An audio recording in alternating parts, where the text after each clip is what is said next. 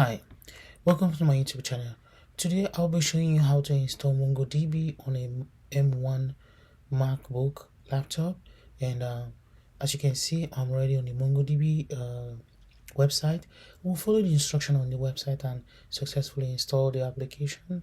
And if it doesn't work because of the new latest Mac M1 features, then we'll probably look for alternative means.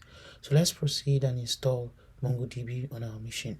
So looking at the instruction, we have all the instruction prerequisite, and we're expected to install Xcode select using this because the Xcode tool required this to actually run.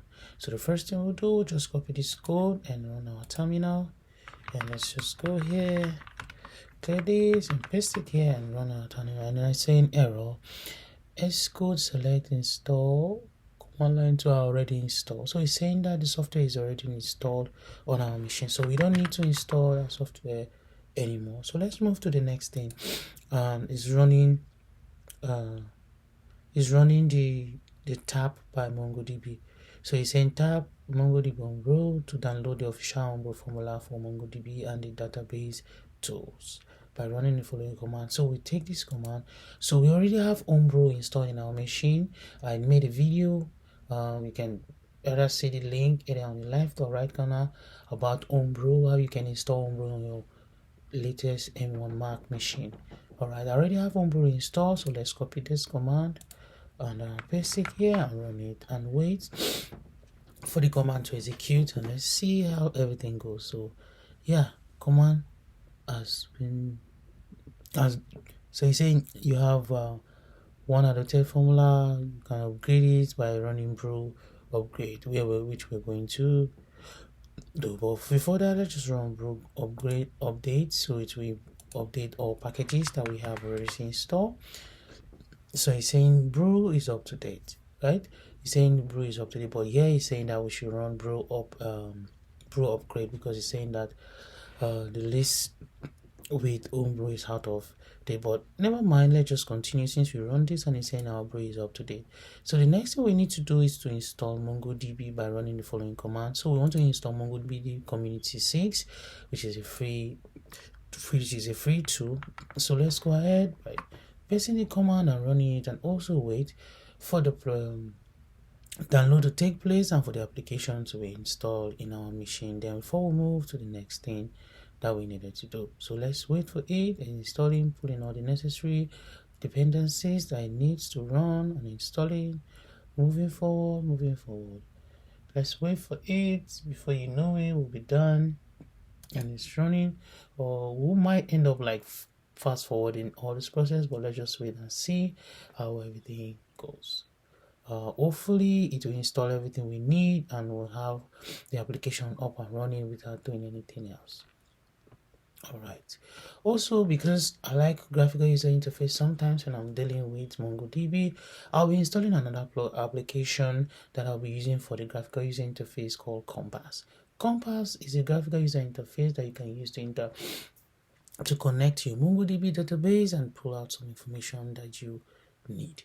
Alright, so our installation is complete, and as you can see, it's saying to start MongoDB service, to start MongoDB, is saying, which is this, is it to start MongoDB now and restart that login. I should run brew services start MongoDB this, or if I don't want or need a background service, you can just run MongoDB this so that it will run the MongoDB. And just like it was also made mention here, now we can actually run this. So let's go down. I think we have here. So this brew fix is just to fix any issues that we have after installation. But this is the command I was trying to say, that you can run this. Yeah, I think this is what we have here. You're saying we should run start. So this one is saying brew service start. This pointing to the version of the MongoDB we just installed, which is version 6. Right? Start MongoDB community, and say to stop MongoDB service, you then run brew stop for the MongoDB to run. And this is saying if you want to run this as a background service, you can now do MongoDB-config and this right? That's what this one is in background service for macOS. So I really want to, do I actually want to run this as a background service, or I don't want to run it as a background service?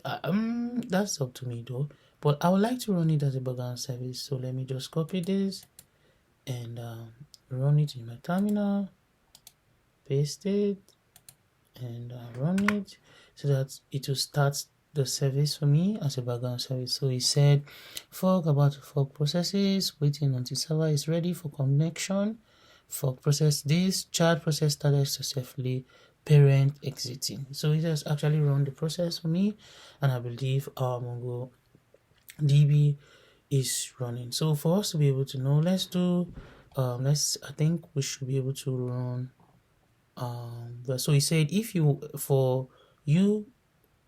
to verify that your MongoDB is running, perform one of the following. If you start MongoDB as a microphone service, you can do brew services. So let's do brew services list, which will list all the services that is currently running, I think so. Alright, so you see that MongoDB community is actually running among the services, right? So that's that. You should see MongoDB community, which I have seen here, and to show you that our MongoDB is running well. So for us to connect and use our MongoDB, we can actually use the shell to run it by running the mongos sh, which is going to run the instances for us.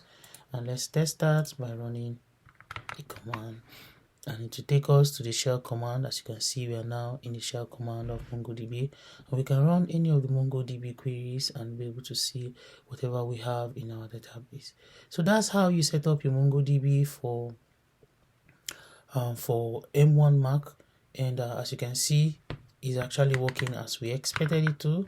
And I just exited from the MongoDB shell, and so the next thing I want to do is to install the Compass application. Remember, I told you Compass is a user interface that I can use to connect to MongoDB and also connect to different instances of my MongoDB, the MongoDB Atlas online, or the local MongoDB database I already have.